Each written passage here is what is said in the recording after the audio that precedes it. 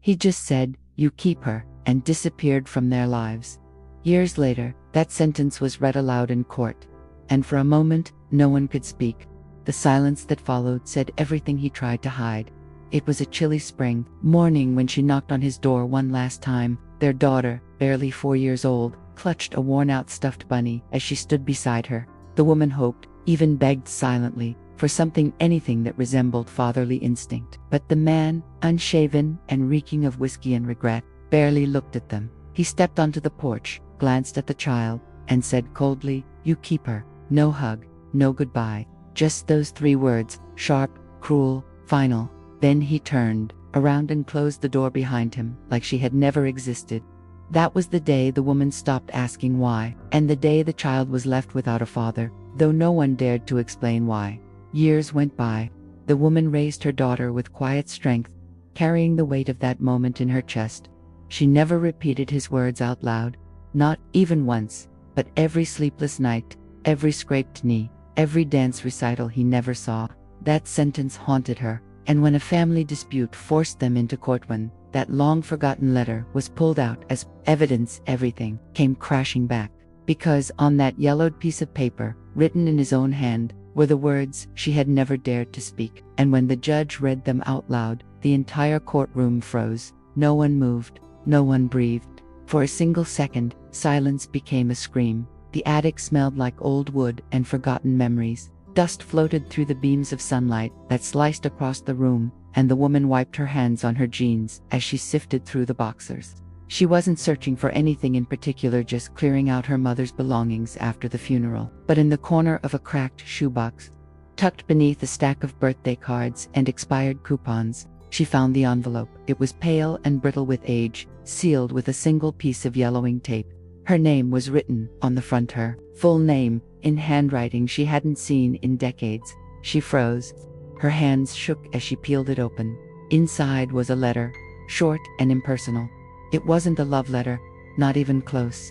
It was dated 2 weeks after he left, and every word felt like a paper cut to the chest. It read like a transaction. No warmth, no remorse, just logistics, and one cruel line at the center of it all. "You keep her. I'm done." Her breath caught. She had lived with the memory of those words all her life, but seeing them in black ink somehow made it worse. This wasn't a memory distorted by emotion, it was proof, tangible, cold, and real. She sat down hard on the wooden floor, the letter trembling in her hands. Part of her wanted to tear it up and burn it right there, let the past vanish into smoke. But something in her stopped. Maybe it was anger. Maybe it was exhaustion. Maybe it was the quiet ache that had never really gone away. She placed the letter gently back into the envelope and slid it into her purse. She didn't know why, exactly. She just knew it didn't belong in the trash. Weeks later, the dispute over her mother's estate began. A cousin questioned the will. An uncle claimed entitlement to the house. Lawyers got involved. And in one heated phone call, someone brought up him. "Well, he's still her father, isn't he?" The voice on the other end said, The woman didn't answer, but that night, she opened the envelope again. She stared at the line, "You keep her, I'm done," and something shifted inside her. It wasn't grief this time. It was clarity. If he wanted nothing to do with them, why should he now have a say in what was left behind? And yet, deep down, she knew what this meant. If this letter came out, so would the truth she had buried for years, not just about him, but about everything. She looked at the letter one last time, then reached for her phone. The silence had lasted long enough. The woman kept the letter tucked inside a worn manila folder, locked away in the bottom drawer of her desk. Every time she passed it, she felt its weight, like it radiated something toxic through the wood. Shame, maybe, or fury. She hadn't told her daughter about it. Not yet. She wasn't sure if she ever would. But the family meetings were getting uglier. What started as whispered tensions had escalated into accusations shouted over dinner tables. Her cousins called her selfish. Her uncle demanded proof that her mother had truly left the house solely to her. And then someone dug deeper. One afternoon, she received a formal letter in the mail. Her heart dropped when she saw the return address. It was from a probate lawyer representing her late father's estate, her ex-husband, the man who had vanished, the man who had said, "You keep her." The letter was brief, legal, and laced with arrogance. It claimed that since her daughter was his biological child, he had rights to contest the inheritance. It was absurd. He hadn't spoken to either of them in over 20 years. But now that there was land, a house, and assets involved, suddenly, he had something to say. She slammed the letter down on the counter. Her hands trembled not with fear, but rage. After all the birthdays missed, all the nights spent wondering what they'd done to deserve his silence, he had the nerve to show up on paper like a shadow returning just to cast them in darkness again. That night, she pulled out the envelope again. She sat in her living room, her daughter upstairs with headphones on, the house silent except for the ticking of the old mantel clock. She unfolded the letter with care, as if it might crumble from age or from the weight of what it meant. And once more, her eyes landed on those words. "You keep her. I'm done." She whispered them out loud this time, just to see how they tasted. They were bitter.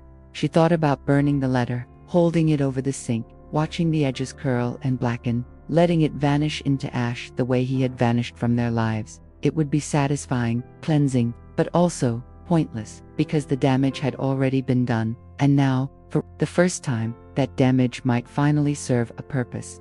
She didn't burn the letter. She made a copy instead and called her lawyer. First thing in the morning. The first time she saw him again was through a courtroom window. He was leaning against the stone railing outside the courthouse, arms crossed, sunglasses perched on his nose like a shield. His hair was grayer now, but the posture was the same, arrogant, detached, like he didn't belong to anyone or anything. It made her sick. He hadn't sent a birthday card. He hadn't shown up at graduation.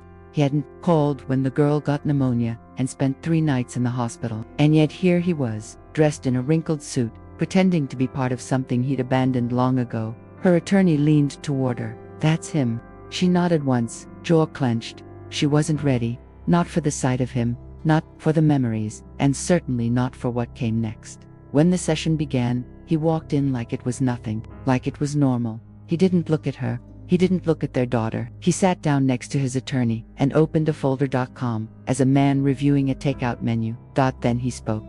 "My client is here to assert his legal right to the estate through his daughter, of whom he is the biological father," the lawyer said. The woman's chest tightened. Her daughter sat beside her, fidgeting with the hem of her blazer. The girl had insisted on coming, wanted to see what he looked like, even if she didn't remember him. She had once asked about him on Christmas Eve, with tears in her eyes. Now she stared ahead, face blank, hands trembling slightly in her lap. She reached over and held her daughter's hand. Across the aisle, he didn't flinch, didn't smile, didn't blink, just kept staring at the judge. The woman could feel the courtroom closing in, air too thin, walls too close. She wanted to scream, to stand up and throw the letter across the room, to ask him if he remembered saying those words, if he ever once thought about what they did to the girl sitting beside her. But she didn't. Not yet. Instead, her lawyer stood and handed the judge an envelope. "Your Honor," he said, "before we proceed, we'd like to submit a piece of correspondence dated March 7, 2004. The contents speak directly to the matter of parental intent and long-standing abandonment." The judge nodded, admitted, and then the letter was placed into evidence. She glanced at the man across the room. For the first time that day, his eyes flicked toward the folder, and for a split second, his jaw tightened. Knew exactly what letter it was. And he knew, at last, that she was done protecting him. She never imagined she'd have to say his name out loud again, but here she was, on the witness stand, under oath, in a courtroom filled with strangers and her daughter beside her. Her voice felt small, trapped somewhere between her stomach and her heart. She held a glass of water in both hands, trying to keep them from shaking. "Mrs. Langley," the judge said gently, "you may proceed." She took a breath. "The man sitting over there," she began, forcing herself not to look at him, "left us when our daughter was 4 years old. He said he didn't want to be a father. He didn't want the responsibility. And he never came back." Her voice cracked, but she didn't stop. "He didn't call. He didn't send support. He didn't write letters. Not once, in 18 years. A rustle moved through the courtroom like a breeze of discomfort. Someone cleared their throat, another scribbled on a legal pad. Her eyes drifted to her daughter, who sat frozen in the front row. The girl's face was unreadable, but her eyes shimmered with something fierce, maybe pride, maybe pain. The attorney stepped forward. "Mrs. Langley, did the defendant ever make a formal statement regarding his parental responsibility?" "Yes," she said. He left a letter. She gestured to the folder on the table, now an exhibit in the case. He wrote, and I quote, "You keep her. I'm done." Those words hung in the air like a bell still ringing. A few people looked toward the man. He didn't flinch, but he did blink slow, deliberate, as if trying to disappear behind his own eyes. The lawyer nodded. "Why did you keep the letter all these years?" She hesitated. "I didn't keep it for revenge. I kept it because I couldn't forget. I needed something that reminded me it wasn't in my head, that I hadn't imagined the abandonment, that it wasn't my fault." A pause. "I wanted to protect my daughter from the truth for as long as I could, but now that he's here, now that he wants something," she stopped herself. "Now, she deserves to know everything." From across the room, the man finally looked up, not at her, at his daughter. For the first time, his face cracked, his mouth opened slightly, as if he wanted to say something but nothing came out, not a word. The silence between father and daughter said more than any apology ever could, and it was her voice that finally filled it. The courthouse smelled like dust and paper, and the air inside the courtroom felt thicker than outside, as if years of unspoken truths had settled into the walls. The woman sat with her hands clasped in her lap, her daughter beside her, calm but pale. Around them, murmurs floated in and out like waves lapping against stone. A gallery full of strangers, relatives, and quiet observers waited for a story. They didn't know they were part of Dot. At the front of the room, the judge adjusted her glasses and cleared her throat. "This court is now in session." And just like that, the room went still. The opening arguments were civil, measured, almost surgical. The opposing counsel spoke first, painting the father as a man who had been misunderstood and regretful. The lawyer used words like reconciliation, paternal rights, timing. The woman clenched her jaw, each phrase scratching at the truth she had lived. When her lawyer stood, his voice was steady but firm. "We're not here to debate if a man regrets walking away," he said. "We're here to determine if someone who chose abandonment over responsibility deserves a seat at the table now that there's something to gain." He let the sentence settle in the silence. Then came the evidence. They laid out the timeline. When he left, when the letter was written, how many birthdays had passed without a call. They submitted the bank records showing no child support, no contact attempts. And finally, the letter. The judge picked it up with gloved hands, as if it were fragile. She read it silently, her brow tightening. Everyone in the room seemed to hold their breath. The man stared at the table, motionless. The woman didn't look at him. Instead, she looked at her daughter, and for the first time that day, the young woman turned to meet her mother's eyes. There was something fierce and clear in that gaze, not confusion, not hurt. Understanding. When the judge finally spoke, her voice was calm but clipped. "This document will remain in evidence. It speaks volumes." As the first witness was called, the man finally stirred. He shifted in his seat, straightened his jacket, and cleared his throat. But whatever he thought he might say, whatever performance he had rehearsed, seemed to vanish the moment he looked up and saw the letter in the judge's hand. The day in court had only just begun, but something had already shifted. The power he thought he had, the narrative he thought he could control, was slipping, not because she shouted, or accused, or humiliated him, but because she didn't have to. The truth was speaking for itself now. That night, after the first day in court, the woman sat alone at her kitchen table with the letter lying in front of her. The envelope was worn, the ink faded, but every time she unfolded it, the words felt freshly written. She read them again slowly, quietly, as if trying to find something she had missed all these years. But there was no secret meaning, no hidden remorse. "You keep her, I'm done." It wasn't just a sentence, it was a weapon, one he had crafted with the kind of precision only indifference could sharpen. She had carried it like a scar, hidden from everyone including herself. She traced the edges of the paper with her fingertips, remembering the day it arrived. The weather had been warm, early spring, just like now. Her daughter had fallen asleep on the couch with her arms wrapped around a teddy bear missing one eye, and when she opened the mailbox, there it was. No return address, no apology. Just a cold, flat line declaring that they were no longer his concern. She hadn't cried that day, she hadn't screamed. She'd folded the letter, placed it in a drawer, and moved forward because there was no other option. But she had never forgotten. And now, with everything exposed, it was as if time had folded in on itself. The pain wasn't from the past anymore, it was present, alive, breathing beside her. Her daughter walked into the room in her pajamas, barefoot. holding a mug of tea. "You're still up," she said gently. The woman nodded, just thinking. The daughter hesitated, then sat across from her. Was it true, what the letter said? There it was, the question she had always feared. Not because she didn't know the answer, but because of what it might do to the girl who had grown up wondering why her father never called. She slid the letter across the table, face down. "Do you want to read it?" The young woman looked at it for a long moment, then nodded. She picked it up carefully, as if it were made of glass, and read. Her eyes didn't widen. She didn't gasp. She just read it once, then set it down. "So," she said quietly, "that's all we were to him." The woman reached for her hand, but her daughter didn't pull away. "No," she said, "that's all he was to us." They sat in silence, holding hands, the letter between them like a ghost that had finally been acknowledged. It no longer felt like a weapon.